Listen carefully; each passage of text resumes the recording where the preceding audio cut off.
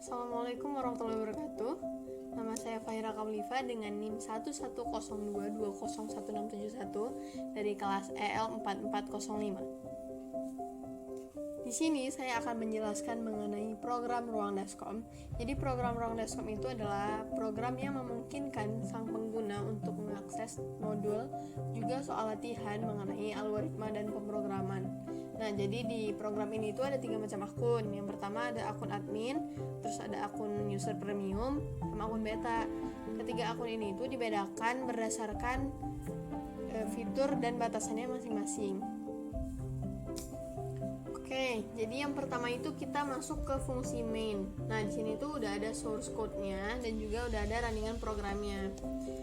Jadi fungsi main itu adalah tampilan utama ketika kita masuk ke program Ruang Daskom. Jadi ketika sang pengguna membuka program Ruang Daskom, sang pengguna akan disuguhi oleh 5 macam menu. Nantinya kita diminta untuk menginputkan nomor dari menu di kolom pilihan Anda ini. Nah, setelah kita menginputkan nomor menunya, maka program akan menjalankan percabangan switch case berdasarkan nomor yang telah kita inputkan. Misalnya kita input nomor 1, maka program akan menjalankan case 1 gitu. Nah, di sini tuh ada syntax break. Syntax break ini tuh gunanya untuk menghentikan proses eksekusi dari suatu case. Di sini itu ada pilihan 1 dan 2 itu registrasi dan login.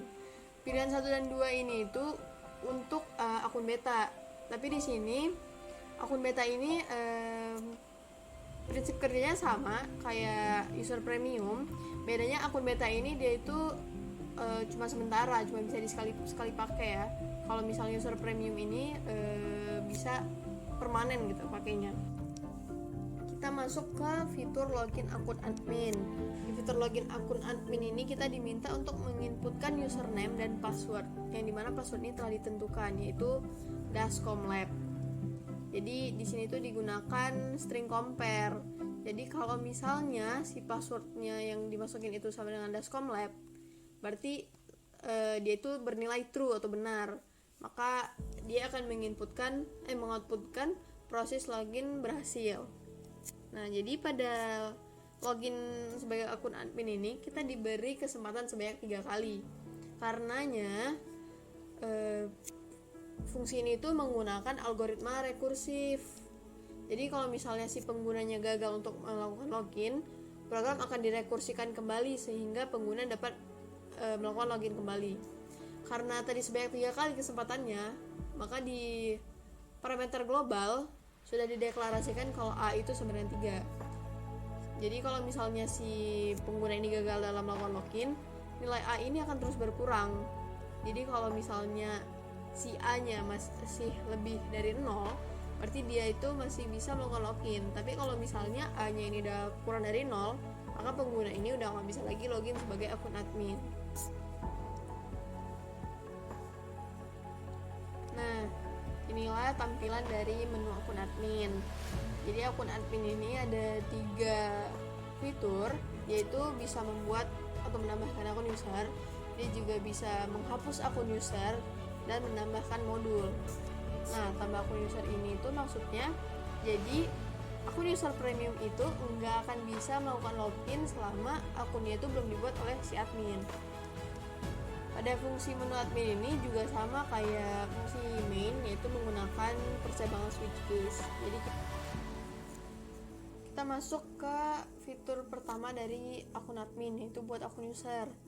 Di menu buat akun user ini tuh ada 2 fungsi. Fungsi yang pertama itu untuk kita menginputkan jumlah akun user yang ingin kita bentuk. Di sini saya menginputkan 2, berarti saya ingin membentuk 2 akun user. Dan fungsi yang kedua ini adalah untuk menginputkan data-data mengenai akun user. Nah, karena data dari satu akun user ini terdiri dari beberapa data seperti nama, NIM, jurusan, dan password defaultnya. Jadi saya membuat tipe data bentukan, yaitu dengan nama struct X. Jadi data-data seperti nama, NIM, dan jurusan akan disimpan dalam satu tipe data bentukan, itu struct X. Kemudian saya ingin menyimpan data-data dari akun user ini itu secara permanen. berarti saya menggunakan file sekuensial. Ini saya menggunakan file biner, saya menggunakan pointer buat. Jadi file buat ini akan dibuka dan akan dinamai daftar user.dat, kemudian dengan menggunakan mode writing biner. Mode writing biner itu, kenapa kita pakai writing biner? Karena kita ingin menuliskan data-data mengenai si user pada file tersebut. Nah, seperti ini. Jadi, selanjutnya kita masuk ke fitur yang kedua, yaitu delete akun user. Nah, pada fitur delete akun user ini, kita masih menggunakan file sekuensial. Di sini sudah dideklarasikan dua file, yaitu dengan pointer fstruktur dan pointer fstruktur 2. Jadi si file fstruktur ini akan dibuka dengan nama daftar user.dat dan menggunakan mode read binary, karena kita akan membaca blok data yang sudah kita buat sebelumnya di fitur buat akun user. Kalau fstruktur 2 akan dibuka dengan nama filenya itu daftar user2.dat dan modenya writing binary, karena kita akan menuliskan sesuatu dalam file tersebut. Nah, kemudian file pada fstruktur akan dibaca seluruhnya, dan jika filenya sama dengan 1 atau sama dengan ada dan filenya tidak sama dengan 0 atau tidak sesuai, maka data pada file tersebut akan dituliskan kembali ke file yang baru, ke fstruktur 2. Dan ketika semua data tersebut telah terbaca, kedua file ini akan ditutup menggunakan fclose. Setelah ditutup, data pada daftar user.dat ini akan dipindahkan ke daftar user2.dat. Kemudian si daftar user2.dat ini akan di-rename sehingga namanya seperti nama file yang lama. Sekarang kita coba menghapus akun bernama Lily. Ketika akun Lily saya hapus, maka akun yang tersisa tinggal Lulu, karena tadinya saya membuat akun user dengan nama Lily dan Lulu. Jadi yang tersisa adalah Lulu. Nah, kita lihat pada codingan file tampil sisa. Di sini masih menggunakan file sekuensial. Jadi pada fungsi tampil sisa ini, ia akan membaca data dari file yang sudah kita rename tadi. Jadi yang terbaca adalah hanya akun yang tidak di-delete gitu. Dan selama data yang dibaca itu sama dengan 1 atau ada, maka dia akan menampilkan data-data dari akun user yang sudah kita simpan di struct X tadi. Nah, selanjutnya kita akan login sebagai akun user. Di sini saya udah masukin data-data dari akun usernya sesuai seperti yang sudah di-input oleh admin pada awal tadi. Pada fungsi ini tuh sebenarnya sama aja kayak login sebagai akun admin. Tapi yang membedakan di sini itu kita udah pakai file sekuensial. Kenapa pakai file sekuensial? Karena kita bakal ngebuka file yang udah dibuat oleh admin. Karenanya kita menggunakan mode read binary karena kita mau membaca daftar user.dat seperti itu. Jika kita sudah berhasil login sebagai akun admin, maka akan muncul beberapa pilihan menu. Ada beberapa modul yang bisa kita akses di sini. Juga ada fitur ganti password yang dikhususkan untuk akun user premium. Nah, kita lihat pada fungsinya. Jadi di fungsi ini tuh kita diminta untuk menginputkan nomor dari salah satu menu ini yang ingin kita pilih. Nantinya nomor yang kita inputkan ini akan menjadi parameter aktual pada fungsi modul, di mana fungsi modul ini akan menampilkan modul yang kita pilih. Sekarang kita coba, kita pilih modul 1.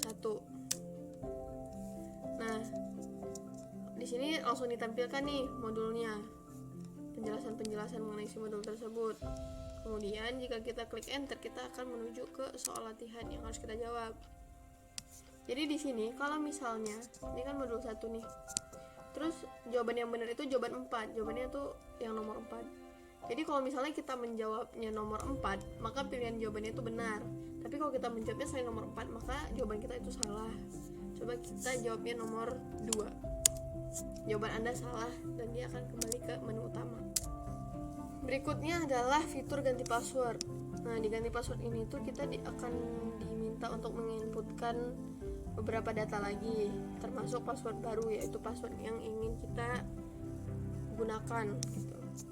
Nah, di sini itu kita sudah dideklarasikan count itu sama dengan 0. Terus kita pakai file sekuensial lagi dengan pointer ganti pas. Di sini itu prinsipnya kita akan mengupdate file sekuensial. Karenanya ganti pas itu membuka file daftar user.dat itu dengan mode read binary plus. Nah, kemudian data akan dibaca seluruhnya, dan jika data ada, maka program akan menjalankan if. Dan jika kondisi if ini benar, kita akan diminta menginputkan data-data berikut, data ini. Nah, kemudian kita masuk ke fseek. Jadi kursor itu akan dipindahkan ke bagian awal file sesuai dengan nilai count-nya gitu. Setelah itu, data akan ditulis lagi ke file biner menggunakan sintaks fwrite. Udah ditulis, kursor akan dipindahkan lagi ke byte 0 setelah awal file. Nah, kalau misalnya kondisinya itu salah, maka nilai count ini akan terus bertambah dengan count plus ini, yang tadinya nilai count itu sama dengan 0. Seperti itu. Jadi kesimpulan dari program ini itu bekerja sesuai dengan perbedaan fitur-fitur dari setiap akun, di mana akun tersebut adalah akun admin, akun beta, dan akun user. Nah, program ini itu menggunakan materi-materi yang telah diajarkan seperti tipe data, percabangan, perulangan, fungsi, array, sorting, algoritma rekursif, dan file sekuensial. Nama saya Fahira Monica. Terima kasih. Assalamualaikum warahmatullahi wabarakatuh.